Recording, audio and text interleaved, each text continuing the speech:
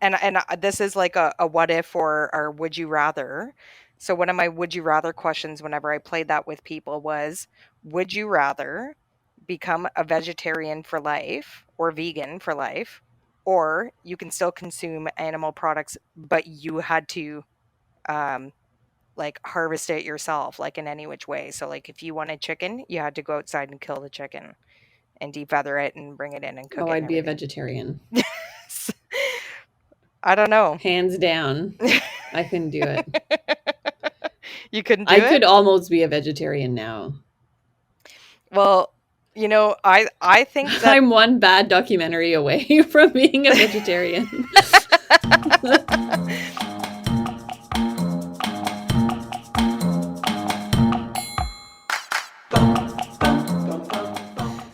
welcome to Let's Boop Snoots. My name is Vero, And I'm Heidi. and today, Nom nom nom nom. nom nom nom. Last week we talked about the. Was that last week? I think that was last week. And now The we're going to sniffers? talk about the nom nom nom Nom nom nom. nom. Except Nom not in the nom? way that you think. No. That no nom nom nom. No nom nom No. nom. We're going to talk about, because there was a recent article or video that came out, we are going to talk about the dog meat trade and rescues associated with each. Yeah. But Well, I can start with a little story yes. from this week. Mhm. I am officially terrified of skunks Oh, yes. after all of Heidi's stories, after all your stories, Heidi. Yep. So, garbage day, Mhm. I saw that we still had a bag of compost, like those little brown bags, Mhm. under the sink, and it was full. So on my way out, it's now dark outside in the In the morning. morning, Yeah. and it was a foggy morning. I always check now to see if there's like a skunk nearby when I go outside. So I get out of the door and I'm walking towards uh, near the street where all our garbage is in the green bin to put our Mhm. compost in it. And I see a skunk. Oh my goodness. And every time I've seen a skunk before then, it was always like walking very slowly, like putum, putum, Mhm. putum, putum, putum. But this one was fast. Like the Ooh. tail was up and it Ooh. was just like brrrrum, brrrrum. So I was like, oh my God, there's a skunk. And I think it heard me. So it ran across the street and it was getting further and further. So I'm like, okay, I can bring the compost to the green bin. But then as I was getting closer, it was coming back towards me. Oh my So I jumped goodness. in my car with my stinky compost Oh. and it was in the front yard. And then again, it went away. But then I didn't trust it because it was like super fast. So I Yeah. was like, I'm just gonna drive up to the green bin, get out of my car, and then throw it out. But by then I lost sight of it. So I was like, okay, now where is the skunk? You're Sorry, gonna this has drive over nothing to it. do with dogs. Yeah. So I get out of the car and I go around my car, and the skunk is like right there in the front yard. So I'm like, nope, I am not. I jump back in my car and I put my compost in somebody else's green bin down the street. But then when I got home, there was like, I guess it had went through one of the bags. So there was stuff in Oh the no, yard. like he got into Yeah, your green bin and not oh. in the green bin, but in one of the garbages. But Oh, it was okay. all like still in one little pile. He got into like the washroom garbage. Oh, okay. So it was like Kleenex and all sorts of They're fun so stuff in cute, the but yard. yes, they're terrifying. They're absolutely terrifying because the Yeah, stink is just so bad. yeah. Like it's basically like getting like, uh, stinked for like it's like a stink commitment for like weeks to come. I'm not even scared about the stink. Well, yeah, I'm scared about the stink, but having to deal with it. Well, for me it's not the dealing with it part, it's the fact that you are going to be smelling skunk for like weeks to come. Like I Mm. can still like my dad stopped by to take the dogs for a walk today, and it had been raining for like part of the weekend, and I told him like don't let Becky go in the puddles, and he's like, "Well, you know, there's nothing I can do about it." I'm like, "Well, there is, but whatever." So of course, Becky went into the puddle like the big piggy that she is. She like literally lays down like right in the middle of the biggest like Oh mud my puddle god. like a pig. And it just like again when you get them wet after they've been skunked, it brings the skunk smell like back. So even when my dad came back, he toweled her off as best as he could. But he's like, you can really smell the skunk again. And I was like, yep, that's why I asked you Every not time to she's let it gonna go. be wet, it's probably gonna Oh yeah, it's gonna resurface. stink because like I think she got the worst of it in last week's skunking. As my Oh, husband told Becky. me, he said you could see like the oil dripping off of her fur. So like it was like Oh a my god. full-on skunk blast to the Becky face. But yeah, no, Yeah, I I'm it may scared not be. now. It is dog related because that you have to think about it every time you go outside, or and I if do. you even have them like off leash or whatever. Like all it takes is for them to dip underneath the fence or come out from behind that compost, or like if they see it, they're gonna chase after. Especially Ralph, not having any previous experiences, he's gonna be like, "Friend, ooh, stinky friend." I like it. Yeah. Like scraps Oh, the first time, although I'm I pretty wonder sure if he would learn. like I'm surprised Becky and Gibbon didn't kill the skunk underneath my like I kept saying to my husband like you're sure there's not a body down there. Sure there's not a body, but there isn't. Like we would be able to smell it by now, but Oh he's like yeah. no, he checked very very thoroughly to ensure that there was no skunk carcass because then that would be like secondary stink to like skunk stink. On top of skunk, we've Secondhand got like stank. dead body stink. Ugh, so gross. So uh, gross. All so right. that's my story. That's a good skunk story. That's a good skunk story. All right. Shall we All get right. into Let's to the talk meat about to the meat of it? to the meat of it. Dog meat. So where did it come from? A little history lesson here, folks. It originated from the Khitan refugees who came into Korea during the Goryeo dynasty. So, Goryeo is a Korean kingdom that was founded in 918, so a very long time ago. Mhm. It unified and ruled the Korean peninsula until 1392. Now, these refugees, they were assimilated into the Joseon or Joseon dynasty, which was founded after the Goryeo dynasty and was the last kingdom of Korea. So they were assimilated as, I'm not going to pronounce this properly, but Baek Young class, the first class of butchers, and it was considered to be the lowest class in the Joseon society. And they were supposed to address the feral dog problem. Hmm. So most people who now consume dog meat are descendants of this class and are now usually like elderly and poor people. And now there's like obviously there's conflict between the animal rights activists and then the people that think, well, if you can eat cow meat, then why can't you not eat dog meat? So, like one type of meat versus all Versus meat. another. Yeah. Yeah.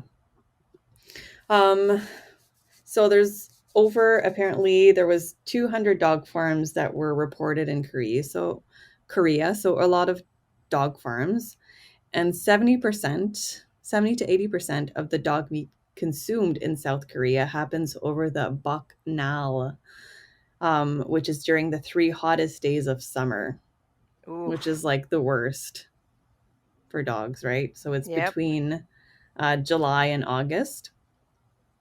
And they have misguided beliefs that eating dog meat provides health benefits. For example, they have a soup. It's called Boshin Tag. They think it's will invigorate the blood and boost energy. And then there's a tonic called Gesoyu. And you can find it in a traditional medicine shop. So yeah, so Bucknell is the 3 hottest days between July and August. So So what does the tonic consist of? Like a dog product? I don't know if Something to it's do with dogs? like like a broth maybe, like it's a Yeah. tonic. So I don't Hmm. know. I don't know. It's so weird because I don't know how I feel about this, you know? Like there's like lots of different blah, cultures around the world that use different things as food sources, and then there's Mm-hmm. like a whole socioeconomic and cultural like status like to it as well, like you're mentioning, like, you know what I mean, like the classes of society and stuff. So there's a lot of different ways to look at this, and it's true because like if you can't eat a dog, then why are we eating duck and rabbit and pig and Yeah. even octopus? Like you don't have, you know what I mean? Like there, I didn't realize how smart like octopuses are, or octopi, but they are. And I learned this of all places on a Netflix special about like a food show where this famous chef David Chang, who owns Momofuku in New York City and now is like branching out with several other chains, is with Seth Rogen, and a comedian and actor in Vancouver, Canada. And they're like it's this cooking show where he basically picks a city and a celebrity, and they go around to all the places that they love to eat, but also like view different parts of the city. Like it's kind of like a Hmm. food and culture sort of show. Yeah. So in Vancouver City, they went to the Vancouver Aquarium, where they had named one of the octopuses after Seth Rogen. So I guess like I forget what like the species or like proper name is for octopus, but I think it's called like cephal something. I'm not going to get this right at all. So they named him Seth Rogen was the name of the octopus that they got. And she was talking about how they escape from this thing, and I've seen videos where it's like they're all like beings with some sort of, I don't know. I don't want to say cognition really, but like they have personalities and stuff. Yeah, Like they even process things, right? exactly. And it's just like horse too. Like I know there's places where horse meat is like, another source of food. So Yeah. like where do you draw the line between what animals are for consumption and which ones are not? But Yeah. anyways, I I don't digress. know. I digress. But that brings up like one of the points that I was going to talk about where Hmm. I don't know if this happens in Korea, but I read like in China, um like they have this festival that I'm going to mention later, Hmm. but people lose their dogs like during that time. Yeah. So they go and like snatch people's dogs for this festival. For this festival, where do they kill and consume like dogs during this festival? Like, Yeah. oh, Yeah. well, that's It's no the good. lychee and dog meat festival in Yulin during the Yes. summer solstice. Mm. See, and but one thing that I will say, like on the topic of like consumption and animals of consumption, and the different ones that we eat and stuff like that, is that it's just like any other place, and that there should be like rules and like laws around how Mhm. how it is handled. And when you describe like, these farms like in the middle of the summer where it's like it basically looks like a puppy farm or whatever, where they're not cared for and they're in these cages like probably dying Yeah. on during extreme heat waves like you just described. It's not I have no vocabulary in my brain today. It's not Humane. humane. Yeah, it's not humane, and it's not ethical Yeah. practices when for handling food that's for consumption. You know, Yeah. you know what I'm saying? Hmm. It's like if I'm just gonna eat dog, I definitely want a free range one rather than one from a farm. That's terrible. I'm looking at Gibbs. Cover your ears, Gibbs. Although that's a nice romp roast you got there. Oh yeah, I'm slapping it. His brisket. His brisket. I'm tenderizing his brisket with each slap. Oh, terrible. Terrible. Sorry. Continue. So there's been a decline in dog meat consumption in the last 3 decades. Mhm, The largest dog meat market, called the Moran Market, closed in 2018, mhm, although some illegal sales were still discovered in 2021. mhm, Like I said, there was 200 dog farms that were reported. And in June 2018, a South Korean municipal court ruled that killing dogs for their meat is illegal, hmm. but not illegal to consume. Oh, okay. Yeah. And then in 2021, the last major dog meat market has shut down. Now, I was looking at like, there was like this video of this, which was just horrible.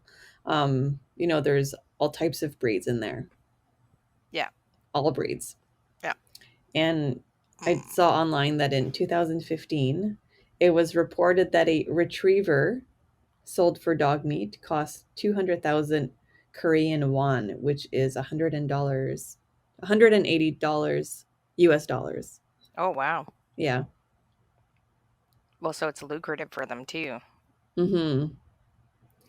And then September 27th, 2021, which was like just a couple of weeks ago, President Moon Jae-in raised possibility of a ban on dog meat consumption in the country. Ooh, So, ooh, ooh. ooh. And I wonder, like, I watched the video, and I'm not sure like what has spearheaded all of this, and I'm wondering if it's pressure from organizations and the more upper class like folks of their nations, or whether this was like more of a health issue if they're coming from like these farms where they're inhumanely and disgustingly like kept, Mm-hmm. or like I just wonder about all Yeah. of it. And I think it could be like some sort of movement. I mean, more and more people are getting dogs. I think the president himself has a dog, like a little dog. Yeah. So maybe, yeah, maybe it's just becoming, they're seeing more and more as a companion. See, and I think that if they're gonna start putting a ban on this, like again, like there becomes like a whole bunch of different variables thrown into this mix. So like if dog meat consumption is like part of like like socioeconomic status where it's like literally these like poor communities and stuff like that that rely on this as like a main like food source, then you need to support that with social programs or like Mm-hmm. different other like sort of like programs so that you're not like literally taking away like one of their hugest like protein sources. Yeah.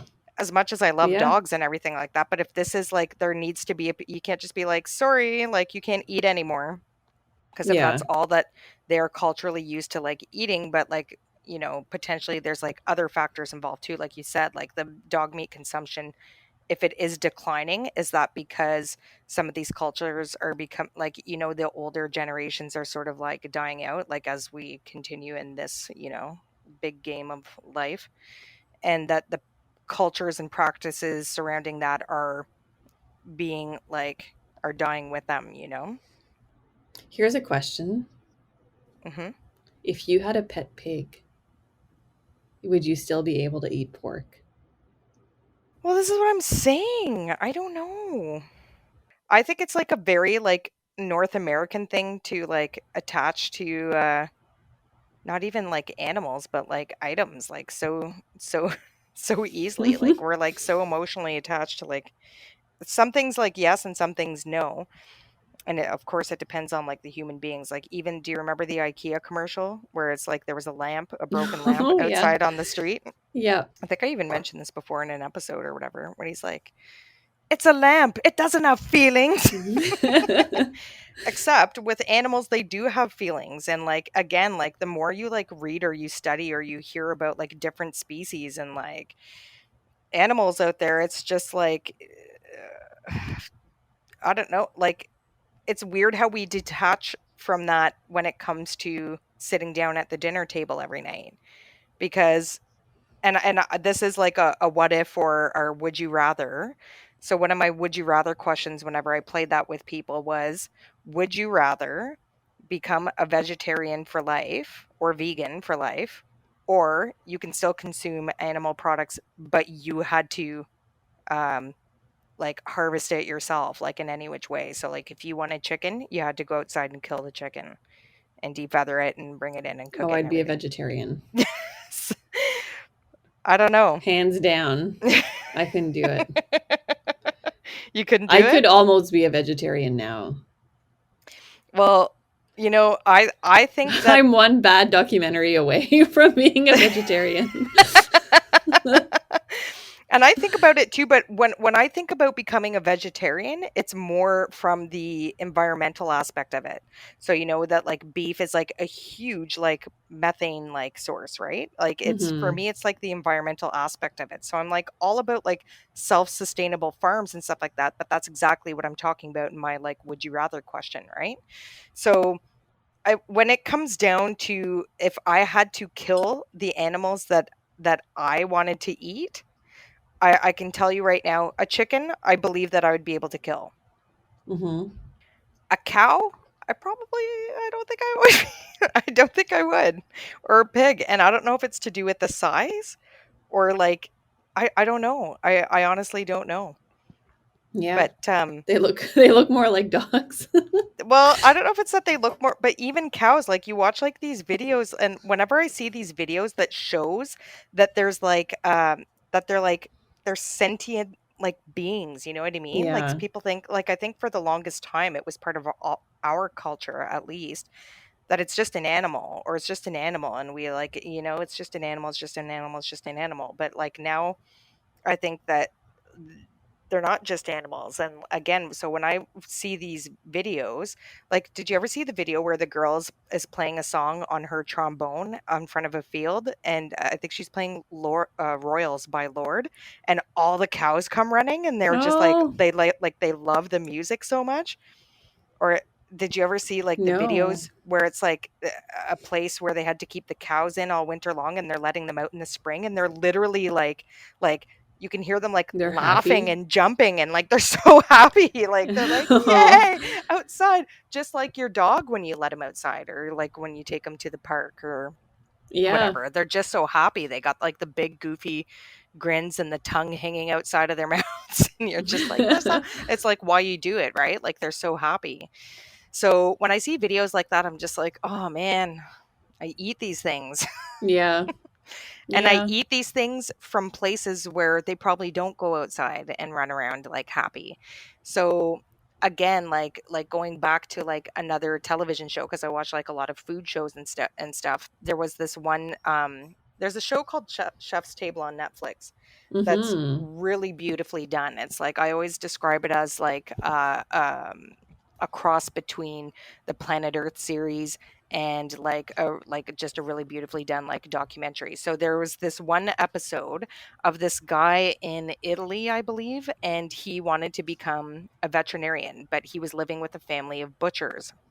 His father was a butcher, his grandfather was a butcher, and but he wanted to become a veterinarian. So he left the small town in which they lived to go to veterinarian school, was like literally like about to become a veterinarian and his father passed away like very suddenly and the family couldn't survive. So he had to come back and essentially take over the butchery and Oh my he was god. just like he said it was just such a like incongruent feeling, right? Like here he was like learning and how to care for these animals and make them better and stuff like that, and now he's like literally like chopping them up with like saws and like axes and like Yeah. like in these like Yeah, I horrible saw that ways. one. And then I think he was left a note from his dad saying like go and see this guy if you're having any troubles with anything. So he went to this and it was like this super close friend of his father's that was a farmer. And the farmer like literally treated his animals like so beautifully, like so beautifully, and he would walk with them and he would feed them the best things and he would like care for them and like walk amongst them every day, and like they were just like he said it's about caring for them and then honoring like their sacrifice, so don't let anything go to waste. So it's kind of a gross show, but people are like it shows people who are consuming the food and he literally uses every single part of the Mhm. animal. every single. So she said that like there's this stew, like there was another person from like North America that went to his restaurant to experience this or whatever, and she said, you know, sometimes you just don't look down at your plate because you see like an eyeball or you see like something like that. And she's like, but she's like, it was delicious, delicious food. Like she like loved every bite of it. I Yeah. don't know that I would be able to eat eyeballs out of things, but I mean, like, Mm-mm. I don't know. So I think the way in which we consume meat in North America, obviously, you can watch one documentary that will turn you off for life because it's so wasteful. Yeah. Like, I think there was another documentary just solely on the amount of food waste. So here it is, like in these huge factories, huge, massive farms producing huge tons of methane. It's like having a huge impact on the environment, all to go to a dumpster in the behind a Walmart one day because Yeah. people aren't purchasing it because like the meat isn't red enough or like the you know what I mean, and it's the same with everything with produce. And anyways, I'm we're going on another non-dog tangent here, but all that to say, I would be selective if I had to kill my own food that I ate. I would be selective in the process of Yeah. doing it. And I can honestly say that I've never eaten dog, but I know Me someone who neither. has. We had this one colleague who used to do travel nursing, and she's been to like a variety of different places around the world where they did like, you know, Doctors Without Borders initiatives and those sort of things. And I remember her telling me about how they went to like this one local's house where they were preparing like food for them. And so there was this soup, like the one you're just mentioning, and so this friend of mine was eating it, and she was just trying to be like thankful and polite, you know, here's like a combining of cultures, and she's like trying to be thankful and polite and everything, and she was eating it and she's like, oh, this is really good, like what is this? And the it was in an Asian country, I forget which one, and she said duck, and she was like, oh, duck, like, and she was like, no, dog. And so my friend was kind of like, oh god.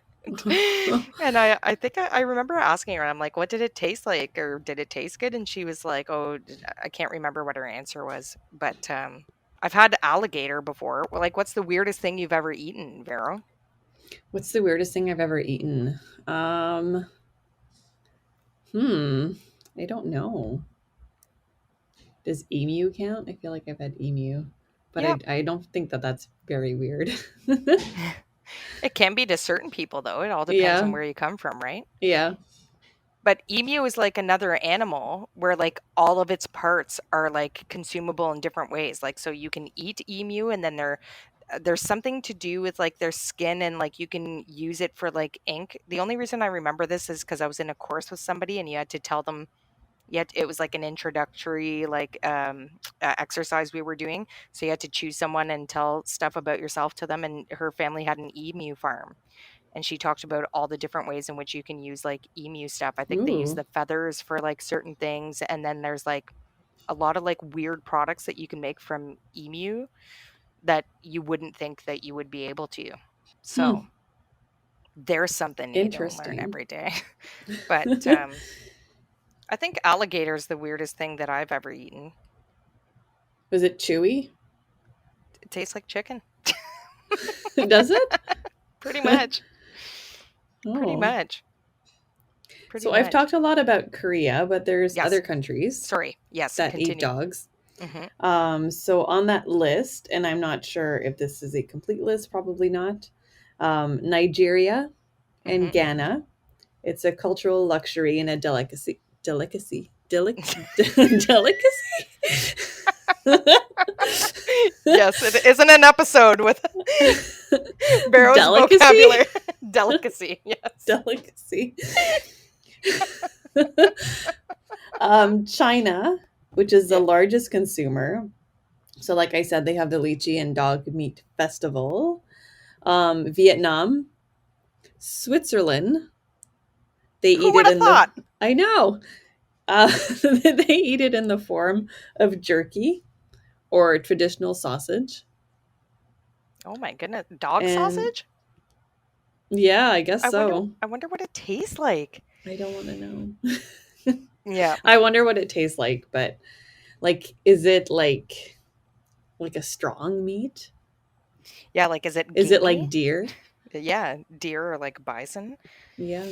Ooh, should we go out and Um taste dog somewhere so we can let the listeners know? experiment.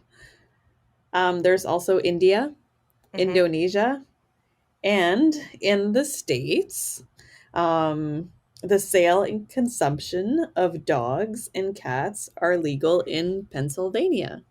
What? Hmm. Pennsylvania? Pennsylvania. My lord. If there's anybody in Pennsylvania who's had dog before, Let us what does know. it taste like? Yes, let us know. Does it taste doggone good?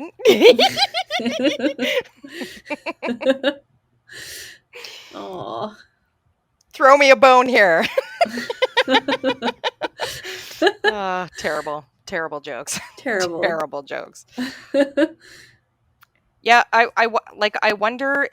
I think that there's like a lot of biases and assumptions here too, because I would have never thought some of those countries that you mentioned, like when you if you randomly pulled strangers on the street in North America, or even in the city where we live, and said, "Name me the countries where they eat dog." I bet you like Sweden would not even like be on the list for Yeah, like most people. I Switzerland. think, or sorry, Switzerland. Because it's not on the list. I mean. Well, there goes my study. But I'm gonna be honest here in my bias, and I just assumed it was just Asian countries. I knew it was like China, like you hear about it all the time, like Yeah. and you hear about these rescues and stuff like that, which we're gonna talk about next. But I just assumed Asian countries. I knew it was like the Philippines and China and like Japan. I'm pretty sure too. They eat dogs there, and I Yeah. knew Korea did for sure. But I wonder if this all they stems from like those Khitan refugees meet that well. came into Korea and then from there, you know. And that's what I wonder too. Like you assume that like it's third world countries, but Switzerland is like literally like not like the opposite of Yeah. a third world Yeah. country. And you said Africa too, right? Yeah. Yams. Yeah. Who Well, it's knows? it's it's weird that like in Africa, it's a delicacy, whereas like in Korea, It's like the it's like the lowest poor. class of Yeah. food. Yeah, exactly. Huh. Hmm. Very The interesting. differences are interesting. They are. Yeah, I think like if I was like I probably would have tried it out of like respect if like I'm visiting a country where somebody's like literally making something for you as like a here's our culture and like try some of this. I would probably try it. I would apologize to Gibbon and Becky when I got home. But again, do I like go and apologize to like cows at the experimental farm every time I have beef? No. No, I do not. No. But anyways, some of these did you have anything else to say, Vero? No, that Sorry was before it. I move on to some of these organizations. That's like a reverse Vero problem there. Organizations? Organizations? Oh Ah, my god. so We have when to I make a organization. a organization, oh my god, that's hilarious. We totally should. So when you Google organizations that rescue dogs from dog meat industry, there are literally a whole bunch of different ones out there. I found this one website where it said 5 organizations working to rescue dogs from the meat trade. I think there's a lot of them that just do animal rescue on the whole and that they participate in like dog meat rescue initiatives like on top of like what they regularly do as an organization. But these top 5 here seem to look like this is like their sole focus. So the first one is called Soy Dog Foundation, not soy as in soya sauce. It's SOI. And it's a nonprofit organization with a mission to improve the welfare of dogs and cats in Asia. Hmm. And they've been working to end the dog meat trade. So I think when it comes to an organization that sole focuses on this, I think it's not only just going to rescue the animals. I think it's petitioning and doing a lot of like work to sort of change the laws on dog meat consumption, right? Which Yeah. is could be the reason for a lot of these changes coming, which is probably like a huge victory for them. So great work, peeps. They're just all But crammed in there, eh? You yeah, just and the want to save all pictures of them. also, when you Google this, everybody, be prepared for some pretty like horrendous photos because it's Mm-hmm. not a pretty sight, and it's just like any. It's like I wonder if like there's documentaries in these countries, just like the ones that we watch, where it's like this is where your food's coming from, and people are like, "That's it, I'm going vegan." That's happened to like so many people that I know. Yeah. So the Oh. Soy Dog Foundation, yeah, like I said, not only works on rescuing, they work on groundwork to make bans on the trade and change the laws around dog meat consumption. And all of them are like, for the most part, nonprofits. So whenever you visit their websites and stuff like that, like one of the first big things that you'll see is like a donation, a place for Mm-hmm. donation. Yeah. So the second organization is called Humane Society International, and they're one of the most prominent animal welfare organizations. And they've been on the forefront, they claim, to ending the dog meat trade. And they help train officials to help improve the enforcement of laws. And they work with like different groups and stuff like that on the ground to provide veterinary and shelter care for rescued animals. And they also raise global awareness of the suffering involved in the dog meat trade.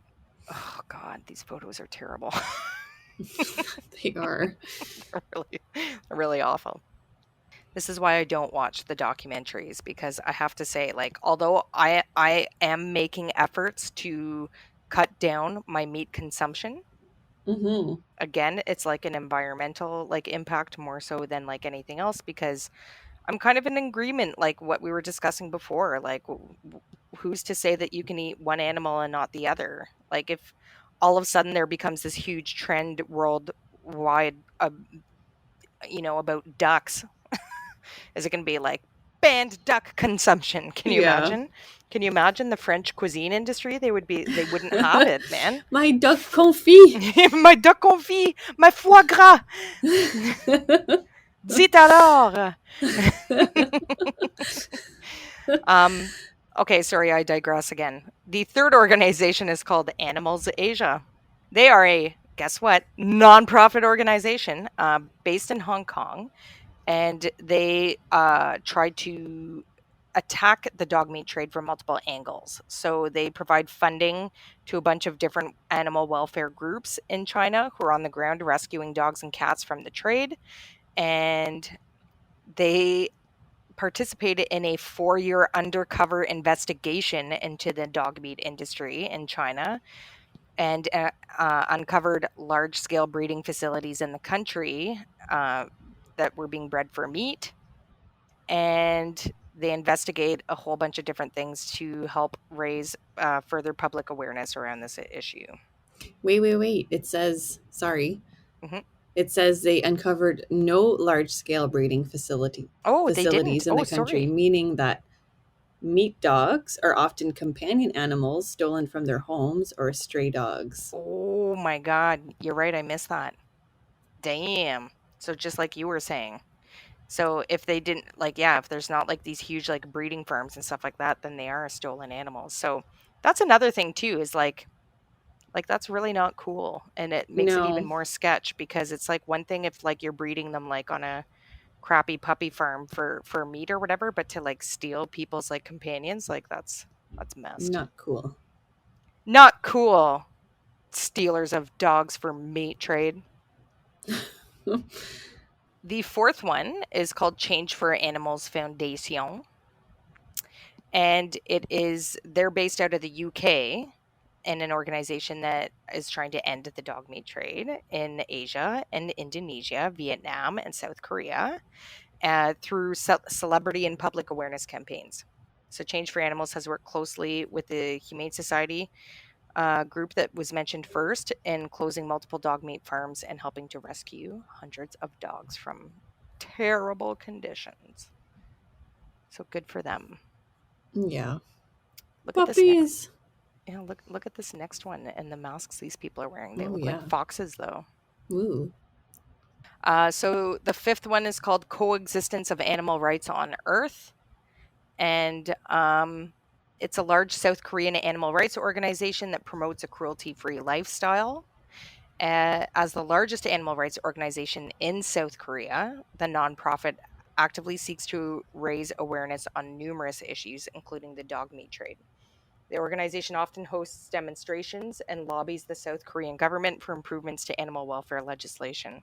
So I think it's cool because I think like a lot of them just align with one another and like really put a lot of pressure and stuff like that. And even when I Mm-hmm. was looking through like these different organizations on the interwebs, like one of them, what was it called? Oh my goodness, I lost it now. I forget what the name of the group was, but it had Kim Basinger. So I wonder if that was like an initiative sort of like made from one of these groups that uses Oh yeah. celebrities. Because celebrities are, there's a lot of celebrities that are all about the animalias out there. Yeah. And they have a powerful voice. Yes, they do. If you can get a celeb on board with you, you're good to Mm-hmm. go. You're good to go. Yeah. Yeah. Well, if anybody, I don't know what I'm gonna say. If you are passionate about the dog meat industry, you can either look to some of these organizations to rescue, or you can even just look to some of these organizations to donate and support. And like I mentioned, there's a variety of them out there. So take your pick. But it seems like they're doing good work. And it also, like I said, some people feel strongly about it, some people don't. It's like a multifactorial um, issue when we talk about dog meat consumption. Yeah. Oh, one last thing that I'll mention. There's this video game that my husband and I play sometimes called Fallout. And it's like a post-apocalyptic like world, and you have to go on these missions and try to like scavenge for like different stuff. And in one of the games, there's like a whole bunch of different games in the Fallout series, but in one of them, you meet a stray dog, and you can choose to have him Oh, as your companion, and he helps you like on your little missions that you go on and stuff. And he's automatically named. You don't get to name him, and his name is Dogmeat. dog meat. Yep. Aw. We considered naming one of our dogs that when we got him. It was on the list of names to choose. Can you imagine? Dog Hey, meat. hey, Dogmeat. You having a good sleep there, Dogmeat? Aw. Yes. That's funny. Yes. All right. Is that a wrap? Is that a wrap on the dog meat? On the dog meat? Yes. Wrap up your dog meat and join us next week on Let's On Boop Let's Boop Snoots. Snoots. Bye. Boop.